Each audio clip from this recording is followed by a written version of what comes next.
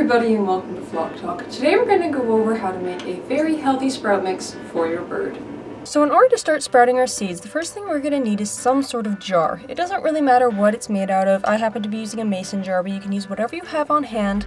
All this is going to be used for is soaking the seeds and to catch any water that drips when we're draining. Next, what you're going to need is some sort of strainer or sifter, something that has small enough gaps that seeds aren't going to fall right through, and this is just going to be used for rinsing the seeds and for draining. So the actual seeds I'm using are around 2 teaspoons of red millet, white millet, and canola seeds, which are standard seeds that you'll find in a finch mix that you can get at any common pet store. Next, what I'm using is around 2 teaspoons of pea seeds, which again you can find in bulk at your grocery store, or you can buy specific sprouting seeds. And then there's around 2 teaspoons of sesame and 2 teaspoons of quinoa. The next seed that's going in is going to be some lentils, and there's 2 teaspoons of that, and then there's 1 teaspoon of wheat berries. So to start off this process, what we're going to do is take our sifter, and all of the seeds, we're just going to dump them in there. It doesn't matter what order, it doesn't really matter how many of which is in there. You're just going to dump all the seeds in the sifter, and you're going to turn on cold water, not hot water, cold water, and you're going to thoroughly rinse them off. And what this is going to do is going to start the germination process, but it's also going to rinse off any muck that might be on the seeds, either from storage or from when they were being picked up at, the farm or whatever. So just making sure they're super clean, and we're going to drain them and transfer them into the jar that we mentioned previously. And there is no easy way to do this. You just kind of got to scoop them in there and dump them in. Use your hand to scrape off any seeds. There is no easy way to get them off the sifter, but this is the only time we're going to have to do it.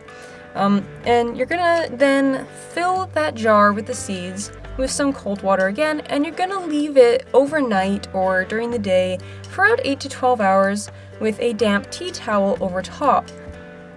So here we are that evening. We're going to take the tea towel off, and we're just going to drain the seeds of any water, and we're going to give them another good rinse. And this part is actually basically the entire process for the next couple days. So day 1 here, this is the evening. We're dumping out all our seeds into the sifter. We're going to rinse out our jar to get any of the seeds off there.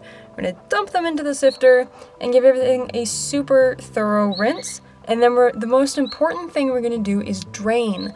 And draining is making sure that we're not leaving any sort of mildew, and there's not going to be any mold developing, because we don't want these seeds to be sitting there soaking up developing mold and going rotten. So once your seeds are super thoroughly drained, what you're going to do is just leave them inside the sifter on top of your jar, and this is just to catch any dripping water. And we're going to take a tea towel, get it nice and damp, and put it over top, and that's just going to trap moisture, but we're not keeping the seeds super duper coated in water, which would then start developing mold. So this just helps prevent the seeds from drying out, which would then kill them and they wouldn't be able to sprout. And basically, we're just going to do this process every morning and when we wake up, and every evening right before we go to bed, until we're getting the sprouts to be the right size. There's really no magic rule to this. There's nothing super difficult about it. It's just a matter of kind of finding the schedule that works best for you and that seems to be yielding the best results. Everyone is going to have a little bit of a different time period between rinsing, and that just depends on your climate, the sort of humidity in your house, and how frequently your seeds are drying out. In my case, it's pretty cool around here. The seeds aren't drying out, so I only need to rinse them once in the morning and once in the evening. If you do find that your seeds are drying out, you may want to keep them in the jar rather than in the sifter, or you may need to rinse them 3 times a day instead of 2. So basically, you're just going to do this every single day, once in the morning and once in the evening. So you're going to wake up, you're going to rinse out your seeds super thoroughly, you're going to drain them, set them on top of your jar, put a damp towel over them, leave them to the evening, rinse them out in the evening, leave them to drain, put another towel on top of them, and you're just going to leave them like that until you're starting to see something that looks a little bit like this, where you're starting to see some of those little tails popping out. And at that point, when you're seeing those tails, then they're a sprout. Then they're good for your bird to be eating, they're healthy, they got a lot of nutrients, and you can start feeding them to your bird at any point, as soon as you start to see those little tails starting to form. So now that these seeds are all sprouted to a length that I would like for my birds, I'm just going to dump them all into that jar And we're gonna take a piece of paper towel and use the lid of the mason jar to secure it on. And what this is gonna do is it's gonna help keep everything contained while still allowing airflow. If you don't allow airflow, then the seeds can start to get kind of mushy and gross and they can start to go bad. And by putting it in the fridge, what you're gonna do is decrease the rate of growth so the seeds won't grow super quickly into an undesirable length. And in order to serve, really quick and easy, just pull some out of the jar, pop them on a paper towel, and your birds will go nuts for them.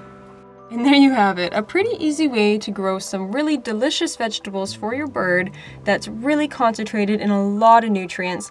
And it's a really great way to get birds who aren't liking vegetables right now or have never been introduced to them to really get a lot of those really good nutrients, because a lot of birds really love sprouts.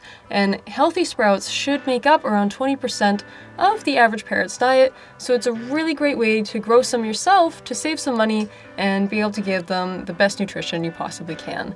And as you can see here, my guys absolutely love sprouts, and they love them way more than any of the store-bought containers you can actually buy from them.